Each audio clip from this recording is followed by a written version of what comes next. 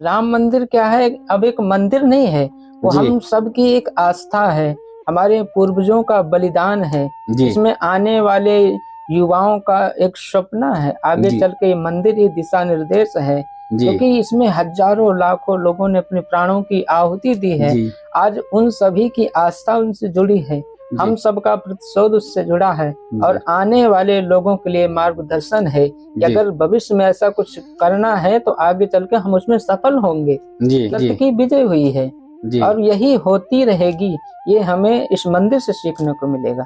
जी।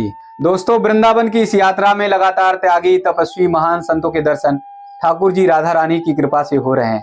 आज एक ऐसे पूज्य संत महाराज जी का दर्शन कराने जा रहे हैं जो पूज्य ब्रह्म ऋषि देवराहा बाबा जी के परिवार से, यानी उनकी परंपरा से हैं। उनके गुरु जी ने बहुत सेवा की ब्रह्म ऋषि देवराहा बाबा जी की, और बड़ा सौभाग्य है पूज्य महाराज जी का भी कि उनके गुरु जी यानी गुरु जी की सेवा करने का अवसर मिल रहा है। तो ऐसे ही पूज्य महाराज जी हमारे साथ में हैं, जिनका नाम हम सब जानेंगे, और साथ ही उनकी वाणी का आशीर्वाद भी हम सबको मिलेगा, स्थान के बारे में भी जानने को मिलेगा। पहले हम बता दें कि पूज्य महाराज जी देश भर में श्रीमद् भगवत कथा कहते हैं और निःशुल्क श्रीमद् भगवत कथा का वाचन करते हैं। उनका कहना है कि हरि के नाम को बेचना नहीं है, भगवान के नाम को बेचना नहीं है, जितना लोगों का कल्याण हो सके वो कल्याण करने की कोशिश करते हैं। तो ऐसे पूज्य महाराज जी हमारे साथ में हैं, पूज्य शिवदत्त प्रपन्नाचार्य महाराज जी। तो बहुत सारी बातें हम देवराहा बाबा जी से जुड़ी हुई जानेंगे, जिन्होंने बहुत सारी भविष्यवाणियां की थी, और वो भविष्यवाणियां लगातार भारत के लिए, देश के लिए, राम मंदिर के लिए, राष्ट्र के लिए सिद्ध होती जा रही हैं। महाराज जी के चरणों में बहुत बहुत दंडवत, बहुत बहुत प्रणाम।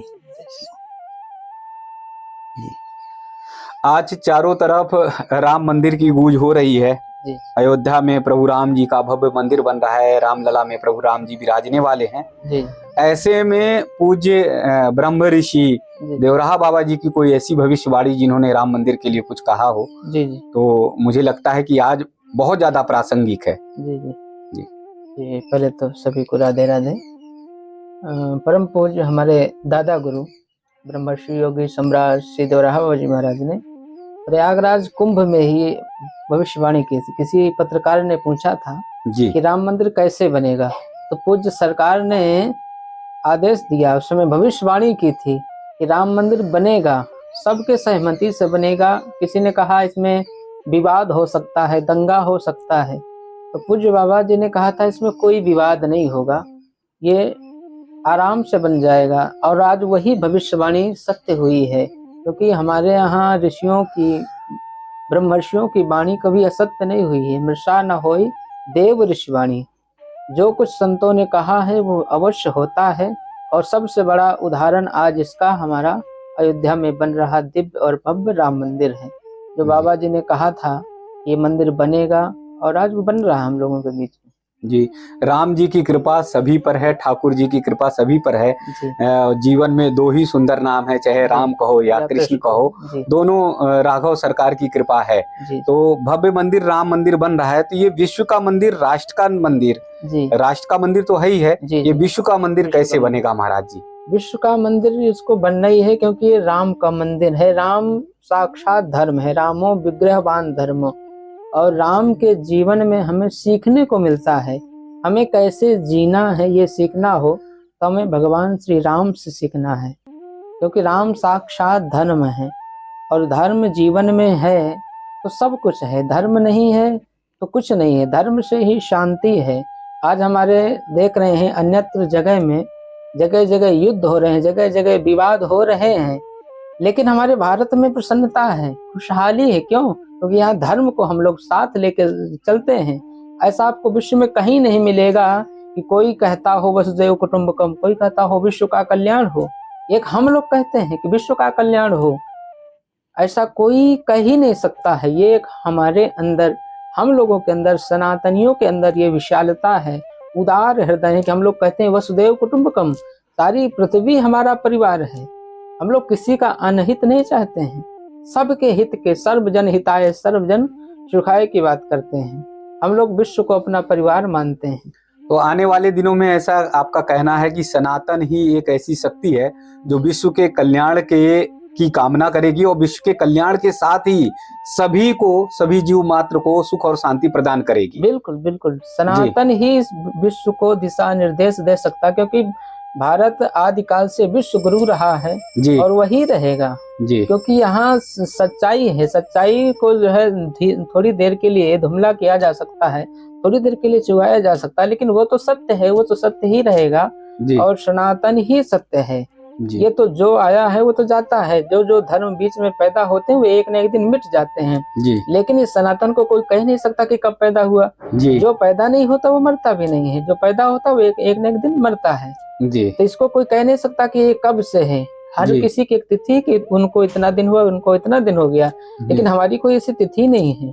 जी हमारा सनातन है जो जिसका ना तो शुरुआत है ना कोई अंत है, वही सनातन है, जी प्राचीन है, हम ही प्राचीन है। जी एक सभी हम समय ही लग सब रहा था महाराज जी की राम मंदिर का निर्माण असंभव होगा, जी लेकिन जिस तरह से राम भक्तों ने, कार सेवकों ने अपना बलिदान जी दिया, जी संत महात्माओं की त्याग तपस्या उसमें समर्पित हुई, जी तो उसके बाद जो है अब भव्य उदय हो गया है जी और वो पल, वो अवसर हम सबके जीवन में आने वाला है। ये सबसे बड़ा सौभाग्य है। बिल्कुल बिल्कुल। जी राम मंदिर क्या है, अब एक मंदिर नहीं है, वो जी हम सबकी एक आस्था है, हमारे पूर्वजों का बलिदान है, जी इसमें आने वाले युवाओं का एक सपना है, आगे जी चल के ये मंदिर ही दिशा निर्देश है, जी क्योंकि इसमें हजारों लाखों लोगों ने अपने प्राणों की आहुति दी है। जी आज उन सभी की आस्था उनसे जुड़ी है, हम सबका प्रतिशोध उससे जुड़ा है और आने वाले लोगों के लिए मार्गदर्शन है कि जी अगर भविष्य में ऐसा कुछ करना है तो आगे चल के हम उसमें सफल होंगे। जी कितने कितने इसमें अड़चन आई, लोगों ने इसमें जी विवाद पैदा किया, बहुत रोकने का प्रयास किया गया, लेकिन फिर भी सत्य हुई, सत्य जी की विजय हुई है जी और यही होती रहेगी। ये हमें इस मंदिर से सीखने को मिलेगा।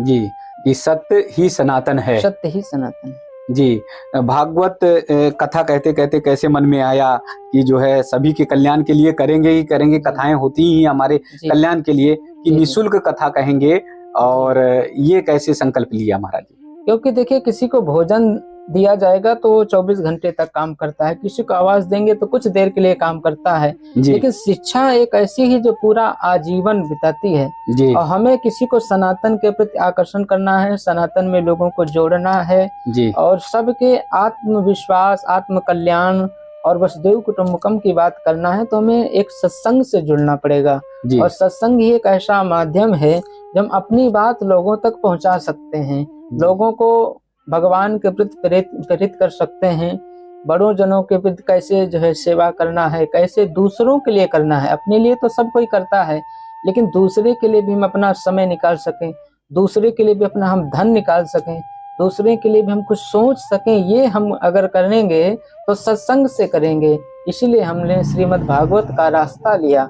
उस रास्ते से हम लोगों को भगवान के प्रति, परिवार के प्रति, परिवार में कैसा व्यवहार होना चाहिए, संसार में कैसे रहना चाहिए और दूसरों के प्रति हमारा व्यवहार कैसा हो, ये सब बताने के लिए भागवत एक उद्देश्य। जी आज राम मंदिर की जैसे भारत ही नहीं पूरी दुनिया में गूंज हो रही है, जी तो उसी तरह से सनातन की भी पूरी दुनिया में गूंज होने वाली है। जी जी आगे चल के, क्योंकि हमने पहले ही कहा कि आगे चल के सनातन ही एक धर्म रहेगा, जी आगे चल के सब मिट जाएंगे। ऐसी जी जो है कई महापुरुषों की ऐसी वाणी भविष्यवाणियां है। हैं। पूज्य जी जय गुरुदेव जी की ऐसी भविष्यवाणी थी कि आगे चल जी के सारे जो है विश्व सब अलग अलग हो जाएंगे, या फिर सब जो है युद्ध करके मिट जाएंगे और जी सनातन ही एक छत्र राज्य करेगा। जी आगे चल के अखंड भारत बनेगा जिसमें कई देश मिल जाएंगे। ऐसी कई महापुरुषों की वाणियां हैं जी और सनातन ही क्योंकि सत्य है। जी झूठ कुछ देर के लिए होता है, सनातन हमेशा सत्य रहता है। और जी सनातन एक सूर्य की तरह है, कुछ देर के लिए भले ही बादल में छिप जाए, लेकिन जब वो प्रकट होता है तो अंधेरा अपने आप गायब हो जाता है। जी इसी प्रकार जितना भी पाखंड है ये सब कुछ देर के लिए है।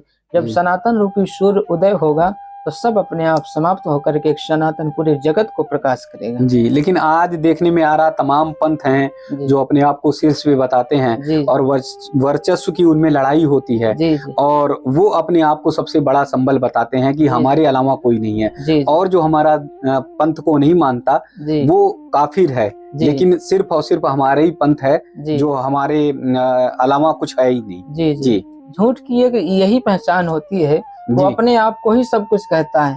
हमारे अच्छा यहाँ ऐसा कुछ नहीं कहा गया, हमारे यहाँ सबकी बात की जाती है, जी सबको सम्मान दिया जाता है, सबको आदर दिया जाता है, सबके बारे में सोचा जाता है। हम लोग अपने बारे में नहीं सोचते, दूसरों के बारे में जो सोचता है वही सनातन है। जी ऋणादप शुचि चेन, अपने आप को तृण के समान मानते हैं, अरे वाह अपने जी आप को तृण के समान मानते हुए कहते हैं कितना भी कष्ट मिले हमको मिले लेकिन दूसरे को ना मिले, वही सनातन है। जी।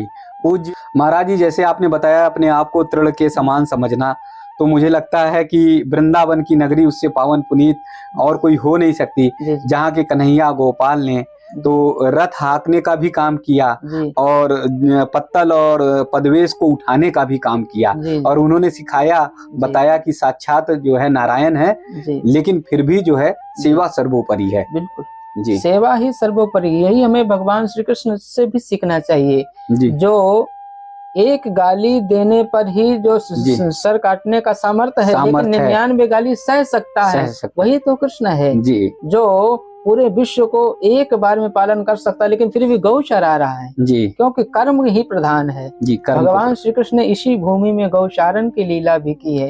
वो चाहते तो क्या वहीं से बैठे बैठे सब कुछ कर सकते थे, लेकिन हम लोगों को एक प्रेरणा है कि हमें कर्म भी करना है और जी धर्म भी लेना है। जी भगवान श्री कृष्ण जब तक बांसुरी बजाते हैं तो बांसुरी बजाते हैं, और जब चक्र सुदर्शन धारण करते हैं तो वो भी करते हैं, जी लेकिन समय आता है मित्रता के लिए तो फिर वो रथ जी भी हाँकते हैं। रथ भी आते तो हैं। हमें उनसे भी सीखना चाहिए। जी हमारे प्रभु सिर्फ उपदेश नहीं करते हैं, जी वो करके दिखाते हैं। जी जैसे एक पिता जी अपने पुत्र के लिए स्वयं सब कुछ करने को तैयार होता है, ऐसे हमारा परमात्मा है जो कहता नहीं है, करता भी है, कहता है फिर उसी चीज को करके भी दिखाता है। जी जी कर्म को प्रधान माना गया है बिल्कुल, कि कर्म करें। हाँ जी, जी कर्म प्रधान विश्व करी राखा, जो जैसा कर्म करता है उसको वैसा ही फल भगवान देते हैं। जी जी हमारे बहुत सारे संतगण हैं, ऋषिगण हैं जी जो हम सबको प्रेरित कर सकते हैं, जी तो कुछ ऐसे नाम बताएं जिससे हमारे देश के युवा जो है कभी हतोत्साहित हो जाते हैं, जी आत्मबल उनका कमजोर हो जाता है, जी तो उनके जीवन यात्रा को पढ़कर जो है अपने आप को मजबूती प्रदान करें। जी बिल्कुल, ऐसे में जी जो है गोस्वामी श्री तुलसीदास जी का जीवन आप बहुत देखें, सुंदर। कितना कष्टमय जीवन, जी कितना संघर्षमय जीवन, जी उससे आप कितना सीख सकते हैं। जहाँ एक प्रेम इकट्ठा हुआ, गोस्वामी जी ने कहा सबके ममता ताक बटोरी, मम पद मन ही बांध पर डोरी। सभी जगह का प्रेम एक जगह इकट्ठा करना सहज होता है और उसी प्रेम को फिर कहीं मोड़ना बहुत सरल होता है। तो जी गोस्वामी जी का पूरे जगत में प्रेम था तो अपनी पत्नी से था, जी और पत्नी से प्रेम हटने के बाद सीधे भगवान से संबंध हुआ, और आज वही गोस्वामी जी की रचना पूरे विश्व को एक दिशा निर्देश दे रही है। जी हमारे यहाँ अनेकानेक ऐसे संत हुए हैं, कबीर दास जी हुए हैं, गुरु नानक देव जी हुए हैं। ऐसे ऐसे संतों का हम लोग जीवन पढ़ें तो निश्चित हम लोगों का कल्याण होगा, मार्गदर्शन मिलेगा।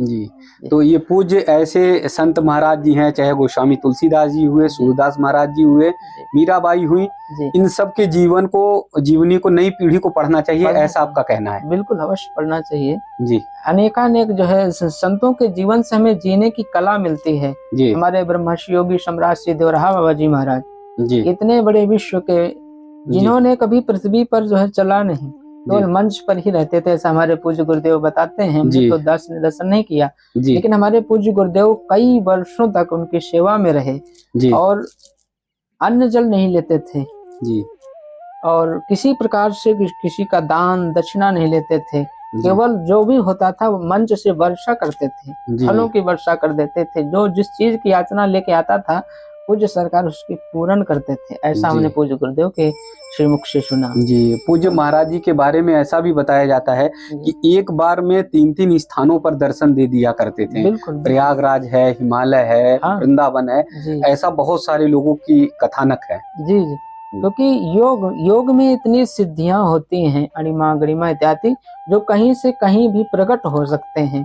तो उन्हीं योग के बल पर सरकार कहीं भी प्रकट हो जाते थे। कई बार ऐसा हमारे पूज्य गुरुदेव बताते हैं कि कुछ देर पहले प्रयागराज में थे और प्रयागराज से थोड़ी ही देर में वृंदावन आ गए जी। ऐसे पूज्य हमारे गुरुदेव जो है बताते हैं जी। तो उनको कई कलाएं थी, जैसे पानी में चलने की, वायु में उड़ने की कलाएं पूज्य दादा गुरु जी में थी हमारे जी जी जी। तो आज अंतिम जो संदेश है वो हमारे सनातनियों को दीजिए, जिससे हम सब जो है सही मार्ग पर चल सके, सही रास्ते पर चल सके जी। सही सनातन हमारे लिए राम होंगे, आगे चल के विश्व का जो मार्गदर्शन करेंगे, हमारे धर्म करेगा, जो हमारी राम की बात करेगा वही हमारे देश में राज करेगा। ये आज हम देख रहे हैं, क्योंकि प्रत्यक्ष है, जो राम का नहीं वो हमारे किसी काम का नहीं, इसलिए जो राम कहेगा वही राज करेगा।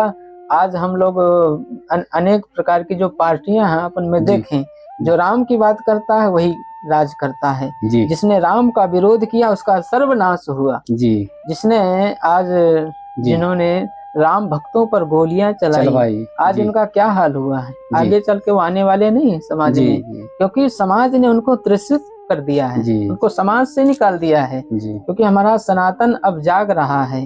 अब अगर हमें कोई भी होगा, अब उसे राम की बात करना ही पड़ेगा। अभी हमने समाचार में देखा, राजस्थान में एक जो है विधायक, उन्होंने संस्कृत में अपना वो शपथ लिया संस्कृत में पढ़ करके। तो यानी समाज अब समझ रहा है और जाग भी रहा है कि अब हमें राम की बात करना ही पड़ेगा, क्योंकि आप राम की बात नहीं करेंगे तो समाज आपको देखेगा भी नहीं, समाज आपको पूछेगा नहीं, क्योंकि समाज ने ये मान लिया है कि जो राम का है वो हमारा, जो राम का नहीं तो हमारे किसी काम का नहीं जी।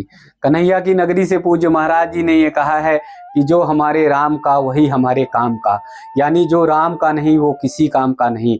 पूज्य महाराज जी ने ये बता दिया कि आप पीछे के इतिहास को देखिए, कुछ वर्षों पहले ही देखिए, तो तमाम ऐसे लोग हैं जिन्होंने राम को नकार दिया था, जिन्होंने प्रभु राम को काल्पनिक बताया, राम सेतु को काल्पनिक बताया, वो सब जो है अब अलग हो गए हैं। समाज ने उन्हें, राष्ट्र ने उन्हें नकार दिया है, किनारे कर दिया है।